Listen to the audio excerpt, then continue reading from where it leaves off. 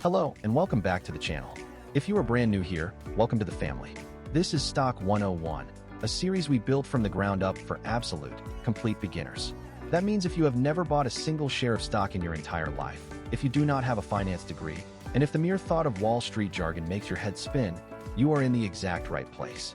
We do not do complicated math here, and we do not assume you know a single thing about the stock market before you click play. We are going to break everything down step by step, slowly and clearly, just like two friends sitting down for a conversation at a local coffee shop. In our last episode, we covered beta and volatility, looking at how to measure a stock's historical price swings compared to the broader market. We are going to take our journey one step deeper into the world of market research by looking at another tool that beginners see constantly but often misunderstand: analyst ratings. When you open up any financial app, look up a stock on your phone, or watch the financial news, you are almost guaranteed to see bold headlines declaring that a company has just been upgraded to a buy or downgraded to a sell. It looks incredibly official, and it is very easy to feel a sudden rush of excitement or panic when you see those labels. But does a Wall Street buy rating actually predict what a stock will do in the future? Is it a secret cheat code that tells you exactly when to invest your hard-earned money? By the end of this video, you're going to be able to do 4 very important things. First, you will know how to decode those famous buy, hold, and sell labels so you understand exactly what they mean and what they do not mean. Second, you will learn how to read the analyst count and the mean target price together so you can see the bigger picture. Third, you will know how to separate these opinion snapshots from actual guarantees.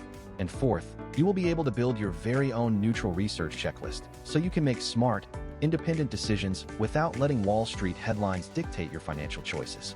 You are going to walk away from this video feeling completely confident, fully in control, and ready to look at any stock rating with a critical, educated eye. Let us dive right in. To get started, let us define our core term for analyst ratings. In the simplest terms possible, analyst ratings summarize research opinions using labels such as buy, hold, or sell. These ratings are created by professional financial researchers who work for large investment banks, brokerage firms, and independent research houses. These professionals are called equity research analysts, and their full-time job is to study specific companies, analyze their financial health, look at their industry trends, and write detailed reports for their clients. At the end of these incredibly long, highly detailed reports, the analysts assign a simple label to the stock to summarize their overall opinion. However, here is the first major thing you need to know as a beginner. The definitions and methods used to create these ratings can differ wildly across different research firms. What one investment firm calls a buy, another firm might call an outperform, a moderate buy, or even a hold. Because there is no single, universal rulebook for how these labels are assigned, an analyst rating is absolutely not a forecast, and it is certainly not a guarantee of future performance. To help this concept really stick, let us use an analogy that we are all familiar with: movie reviews. Imagine you are trying to decide what to watch on a Friday night, so you open up a popular movie review website. On this website, you see that a brand new action movie has an overall score of 4 out of 5 stars, based on reviews from dozens of different professional movie critics. Now, let us think about what that 4-star rating actually represents. It tells you the average opinion of a group of professionals who watch movies for a living. It gives you some useful context. It tells you that, generally speaking, the critics found the acting to be decent, the plot to be engaging, and the special effects to be impressive. But does that 4-star rating guarantee that you personally will love the movie? Absolutely not. You might sit down to watch it and realize you find the action scenes boring, or maybe you simply do not like that specific director's style. On the flip side, a movie that gets a mediocre 2-star rating might end up being your favorite film of the year because it perfectly matches your unique sense of humor. In this analogy, the professional movie critics are the Wall Street analysts. The movie reviews are the analyst ratings. The average critic score is what we call the consensus rating. Just like movie reviews, these financial ratings are useful context, but they do not decide whether a specific stock fits your personal investment goals, your timeline, or your unique comfort level with risk. Let us walk through the mechanics of how these ratings are put together, step by step, so we can see how the machinery works behind the scenes. When an analyst starts researching a stock, they do not just guess. They look at the company's balance sheet, which is a financial document that shows what the company owns and what it owes. They look at the income statement to see how much money the company is making and spending. They listen to the presentations given by the company's executives, and they study the competitors in the market. After doing all of this homework, the analyst does two things. First, they assign a rating label, like buy, hold, or sell. A buy rating generally means the analyst believes the stock has the potential to grow in value over the long run. A hold rating generally means the analyst thinks the stock is fairly valued, meaning its current price is reasonable, and investors who already own it should probably just keep holding onto it without buying more or selling what they have. A sell rating generally means the analyst believes the stock might face some upcoming challenges or decline in value. Second, the analyst often publishes a number called a target price or a price target. This is the analyst's personal opinion of what the stock's price could be in the future, usually looking out over a 12-month horizon. It is crucial to understand that this is an opinion snapshot based on the data available at that exact moment. It is not a promise. It is not a prediction written in stone, and it is certainly not a guarantee that the stock will ever actually trade at that price. When we look at many different analysts together, we can calculate a mean target price, which is simply the mathematical average of all the individual price targets added together and divided by the total number of analysts. By looking at the number of analysts participating and comparing their average target to the current stock price, we get a snapshot of what the professional community thinks at this very moment in time. Now that we understand the basic concepts and the mechanics, let us look at a real-world example to see how this actually works when you are researching a stock.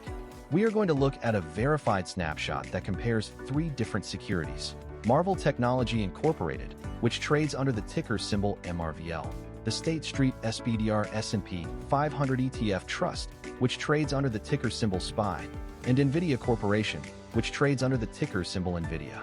This snapshot comes directly from a Finance Info snapshot retrieved during our production. Let us start with our main featured stock for Marvell Technology Incorporated, ticker symbol MRVL. If you look up this stock in our verified snapshot, you will see that its metric name is the analyst consensus, and the value listed for MRVL is a strong buy. Now, if you are a beginner, seeing those words in bold capital letters might make your heart beat a little faster. A strong buy sounds incredibly exciting, right? But remember our rule: we never look at a label in isolation. We must always look at the details behind that label to understand what is actually going on. If we look closer at the metric label for MRVL, we see that this strong buy rating is supported by 40 analyst opinions. This number, 40 analyst opinions, is incredibly important. It tells us that this is not just one person's random opinion. There are 40 different professional researchers who have done the homework, analyzed the company, and submitted their ratings to create this collective snapshot. Now, let us look at the price data provided in our verified snapshot for MRVL. The current price of the stock is listed as $188.68. Meanwhile, the mean target price, which is the average of those analyst opinions, is listed as $253.69. When we look at these two numbers together, we can see the relationship between where the stock is trading at $188.68 and where the average analyst opinion suggests it could go at $253.69. But let us repeat our core lesson. This is a consensus snapshot, not a guarantee. The mean target of $253.69 represents a collection of opinions. It does not mean the stock is expected to reach that target, nor does it guarantee the price will move in that direction. It is a snapshot of professional sentiment at a single point in time, nothing more. Next, let us look at our second example in the comparison table, which is the State Street SPDR S&P 500 ETF Trust, trading under the ticker symbol SPY. If you look at the analyst consensus value for SPY in our snapshot, you will see that it says data not available. Why is this? Let us explain exactly why this comparison is unavailable. SPY is not an individual company. It is an exchange-traded fund, or an ETF, which is a basket of 500 different large American companies all grouped together into a single security. Analysts do not write individual research reports on the ETF itself in the same way they do for individual stocks like Marvell or NVIDIA. Because of this, our source has no comparable analyst consensus and mean target for this security. This is a great lesson for beginners. Not every financial metric applies to every type of investment, and seeing data not available is a perfectly normal part of the research process. Finally, let us look at our third example, NVIDIA Corporation, trading under the ticker symbol NVIDIA. For NVIDIA, The analyst consensus value is also listed as a strong buy. If we look at the metric label, we see that this rating is supported by 58 analyst opinions. This is an even larger group of professionals sharing their views. The current price for NVIDIA in our snapshot is listed as $202.81, and the mean target price is listed as $302.31. Just like with Marvell, we can see the relationship between the current price of $202.81 and the mean target of $302.31. And just like before, we must remind ourselves that this is a consensus snapshot, not a guarantee. The 58 opinions and the mean target of $302.31 reflect what those analysts calculated at the time of their research, but it is not a promise of future results. When you look at this entire table, the ultimate insight is very clear. A rating is an opinion snapshot, not a guarantee. To do this analysis yourself, you must always compare the current stock price, the mean target price, and the analyst count together as a single, combined picture. By looking at how many analysts are participating and where their average opinion sits compared to the current price, you can gather valuable context without ever falling into the trap of believing that these numbers are promises of what will happen in the future. Now that we have looked at a real-world example, let us talk about the common traps that beginners fall into and how you can avoid them. To illustrate this, let us tell a quick, relatable story about a fictional beginner named Sarah. Sarah had just opened her very first investing account and had a few $100s ready to invest. She was excited, but she also felt a little overwhelmed by all the charts and numbers. One evening, she was scrolling through a financial news app and saw a headline about a company with a glowing strong buy rating. She looked up the stock and saw that the current price was $50 and the mean analyst target price was $100. Sarah did some quick math in her head and thought, wow, the professionals who do this for a living say this stock is a strong buy, and they expect it to double in value to $100. This is a guaranteed win. I would be crazy not to buy this. She took her entire savings and put it all into that single stock, believing she had found a sure thing. Unfortunately, Sarah did not look at the details behind that rating. If she had, she would have discovered that the strong buy rating was based on only 2 analyst opinions from very small, obscure research firms. Even worse, she did not read the company's recent filings, which showed that the company was facing a massive lawsuit and was rapidly running out of cash. A few weeks later, the lawsuit was settled unfavorably. The company's business suffered, and the stock price dropped to $20. The 2 analysts quietly lowered their ratings to hold, but the damage to Sarah's savings was already done. She felt betrayed, angry, and convinced that the stock market was rigged. Sarah's mistake is the single most common wrong approach that beginners make, treating a rating label as a result or as an absolute guarantee of future success. She assumed that a buy rating meant the stock was guaranteed to go up, and she used the target price as if it were a factual destination. So what is the right approach? How can you avoid making the same mistake Sarah did? First, you must always check how many analyst opinions support the label. A rating supported by 40 opinions, like we saw with Marvell, carries a very different weight than a rating supported by only 1 or 2 opinions. A larger number of analysts means you are getting a broader, more diverse sample of professional opinions, which helps smooth out any extreme biases or errors from a single researcher. Second, you must read the underlying evidence and company filings. Never let a simple one-word label do your thinking for you. If an analyst rates a stock as a buy, ask yourself, why? What is their reasoning? You can look up summary articles or read company press releases to understand the business fundamentals. Are their sales growing? Do they have a lot of debt? Are they launching exciting new products? You want to make sure the actual business health aligns with the positive sentiment. Third, you must always treat the mean target as an opinion snapshot, not a forecast or a promise. The stock market is constantly changing, and analysts are constantly updating their models as new information becomes available. A target price is simply a mathematical average of temporary opinions, not a scheduled destination for the stock price. Our pro tip is simple. Use analyst ratings to form research questions, not as a buy or sell instruction. If you see a stock with a strong buy rating, do not buy it immediately. Instead, use that rating as an invitation to ask questions. Why do so many professionals like this company? What risks are they highlighting in their reports? If you see a stock with a sell rating, ask yourself, what challenges is this company facing, and are those challenges temporary or permanent? By shifting your mindset from looking for answers to looking for questions, you transform yourself from a passive consumer of Wall Street opinions into an active, independent researcher. One highly effective, observable research check you can perform on any stock is to look up the total number of analysts covering the company.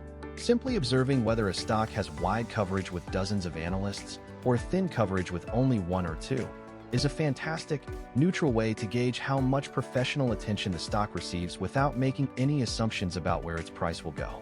We have covered a tremendous amount of ground, so let us take a moment to summarize our 3 key takeaways to make sure this lesson really sticks. First, analyst ratings are opinion snapshots, not guarantees. A buy, hold, or sell label is simply a summary of a professional's research at a specific point in time. Because different research firms use different definitions and methods, these labels are never a promise of future stock performance. Second, the details behind the label are what actually matter. When you look at a rating, you must always look at the complete picture. Compare the current stock price, the mean target price, and the total number of analyst opinions together. A consensus built on dozens of opinions gives you a much broader view of market sentiment than a rating based on just a few. Third, use ratings to ask smart questions rather than looking for quick answers. Treat a rating as a starting point for your own research, not as an instruction manual telling you what to buy or sell. As you move forward on your investing journey, here is one practical metric you can research for any stock you are interested in: the analyst consensus count. For any company you want to study, look up how many professional analysts are actively covering the stock. Observing this number will help you understand how much attention the professional community is paying to that company, giving you a neutral, solid foundation for your own deeper research. One important reminder before you go: everything on Denver Stock Lab is for educational purposes only. Investing is a deeply personal decision. Your goals, your timeline, and your risk tolerance are unique to you. Use what you learn here to study harder, ask smarter questions, and then make your own informed decisions. The work is yours to do, and that work is absolutely worth it. Thank you so much for hanging out with me. If you found this video helpful, please hit that like button, leave a comment below to let me know what stock you are researching next, and subscribe to Denver Stock Lab for weekly market analysis and the next Stock 101 episode. Keep studying, keep learning, and I will see you in the very next video.